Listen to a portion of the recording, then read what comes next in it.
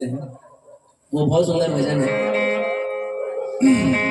विषयों के राही अब रुक जा, चूल्हा मिला तुझे इंसान का, इसी में मिलेगा तुझे बावरे, छिपा हुआ राज भगवान का। विषयों के राही अब रुक जा,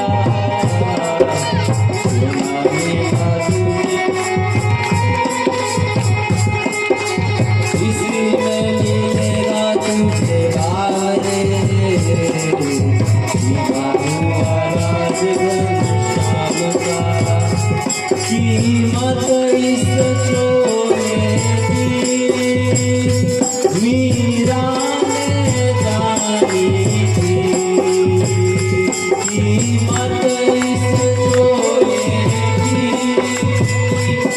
मीरा ने जानी, उस जहर के प्याले में छिपी प्रेम कहानी,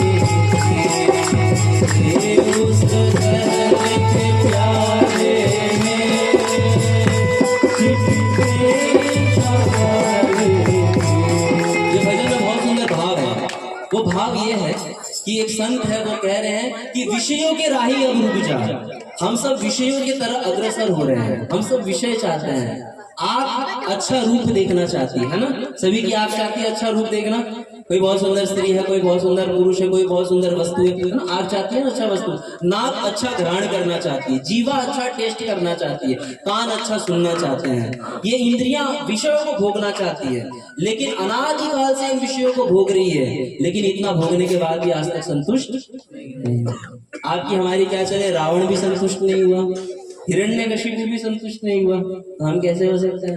श्रीमद् भागवतम में तो बहुत सुंदर बात कहते हैं, ना तृप्यत अजितेंद्रिय। श्रीमद् भागवतम के सप्तम स्कंद में हिरण्यकशिपु के बारे में कहा गया है, हम तो संसार के भोग भोग रहे हैं, संसार के भोग। हिरण्यकशिपु स्वर्ग का भोग भोग रहा है, स्वर्ग में भी सबसे उत्तम भोग भोग रहा है। स्वर्ग ही नहीं, सप्तम लोग ऊपर, 7 लोग नीचे, पूरे 14 भोगन का भोग भोग रहा है।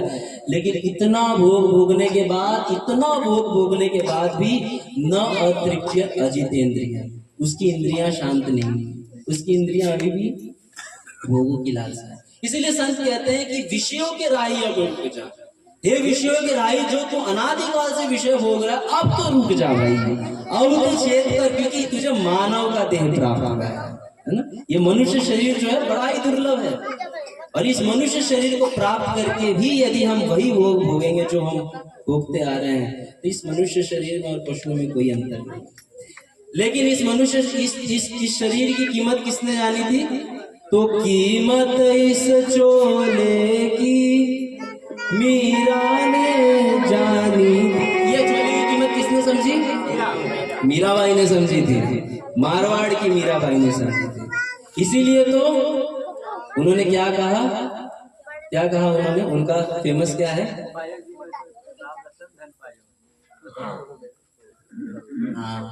मेरे तो गिरधर गोपाल, दूसरों न कोई, जाके सिर मोर मुकुट, मेरो पति सोई, मेरे तो गिरधर गोपाल, दूसरों न कोई।